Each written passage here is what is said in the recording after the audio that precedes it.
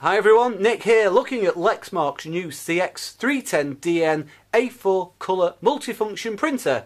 This is the first model in their series of new MFPs, so let's take a closer look at what you get for your money. Okay, this machine can print, it can copy, and it can scan to several different locations. It doesn't fax, and although it can double-side print, it does not double-side copy. So if you need either of these features, please check out our CX310dn video. Okay, let's see what this machine can do for its money. You get very good print quality with Pantone calibration to make colour matching a doddle. There's USB and network connectivity, coupled with PostScript Level 3 emulation for maximum compatibility. Make sure to install the latest firmware from the Lexmark website, and you'll also have Apple's AirPrint protocol on board so you can easily print from your iPad. There's an easy to read 6cm or 2.4 inch colour LCD control panel helping to simplify usability, and the whole thing is powered by a dual core 800 MHz processor to help make waiting times a thing of the past. Right, let me now show you around the machine. Right, we've brought the camera in a bit closer now, so let's take a look in detail at the CX310dn. So the first thing you'll notice is the automatic document feeder here on top. So you've got your glass platen if you need to scan something that's perhaps stapled together or a book, as well as the automatic document feeder itself just to handle plain sheets of paper. Now, as well as the auto dot feeder, let's have a look inside the machine. So, first of all, the paper tray. You can change the size to accommodate many different types, but A4 is what we've got it set to. You've also got the bypass feeder here at the front. This is just a single sheet bypass feeder. And to get to the toners, there is a switch here on the right hand side. When you squeeze the switch, the lid lifts up and it locks into place like this, so you're not going to trap your fingers while you're getting the toners out. So the toners simply pull out like so.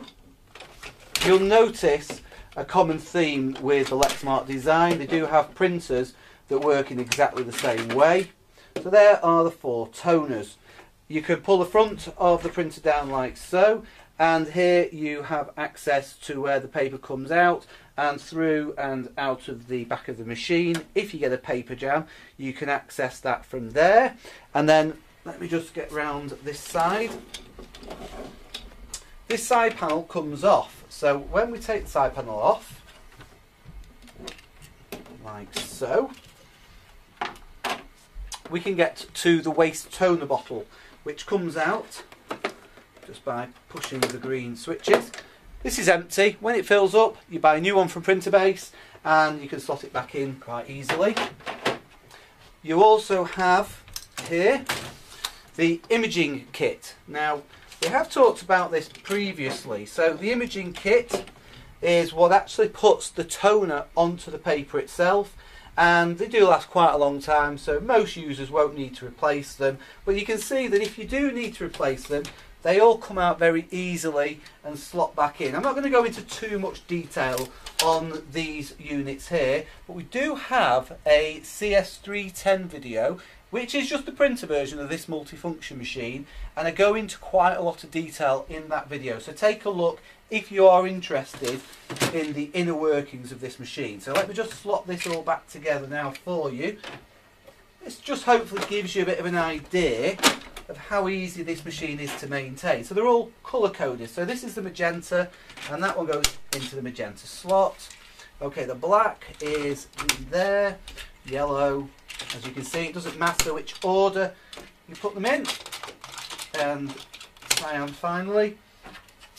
We'll pop the side door back on, close the front. As I said, this is locked, so all we do is squeeze again and it goes down back into place. Let me just spin the machine round for you, just to take you for a walk around the machine. It's quite heavy and it has rubber feet, so it is difficult to spin round. There we go. So here's the back of the machine. We've got the network connection there, USB, and if you go for the Wi-Fi dongle, that just plugs in there. Power socket in there. Spin it around a bit further, and you can see the power switch there on that side. I think that gives you a bit of an overview of the machine. If you would like more information, then obviously get in touch. We're going to now look at the machine printing.